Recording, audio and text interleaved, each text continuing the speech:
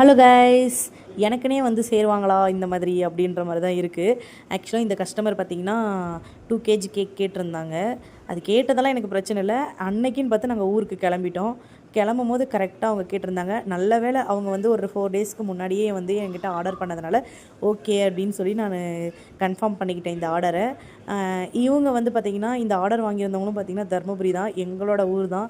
So அதில் வந்து எனக்கு ரொம்ப சந்தோஷமாக இருக்குது. ஃபைனலாக வந்து பார்த்திங்கன்னா கேக்கோட அவுட்புட் வந்து இப்படி தான் இருந்தது. அவங்க வந்துட்டு அதிகமாக கலர்ஸ் வேண்டாம், ஏன்னா வந்து குழந்தைங்க சாப்பிட்றதுனால அதிகமாக கலர் எதுவுமே ஆட் பண்ண வேண்டாம் அப்படின்ற மாதிரி சொல்லியிருந்தாங்க. அதனால் வந்து நம்ம அதிகமாக எந்த கலருமே ஆட் பண்ணலை.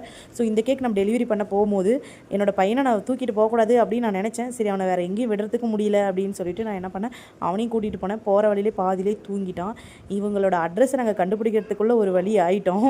ஆனால் ஃபைனலாக வந்து அவங்களோட அட்ரஸில் போய்ட்டு நாங்கள் கேக் டெலிவரி பண்ணிட்டோம். ஸோ ஃபைனலாக வந்து கேக்கும் வந்து சூப்பராக இருக்குது அப்படின்னு சொல்லிட்டு கஸ்டமர் நமக்கு ரிவ்யூவும் கொடுத்துட்டாங்க. ஸோ அதையும் நான் ஷேர் பண்ணிகிட்ருக்கேன். ஸோ நீங்கள் ஒசூல் இருக்கீங்க அப்படின்னா ஸ்க்ரீனில் தெரிய நம்பருக்கு கேக் சார் பண்ணி ஆர்டர் பண்ணி உங்களோட ப்ளேஸ் பண்ணிக்கோங்க. பாய்.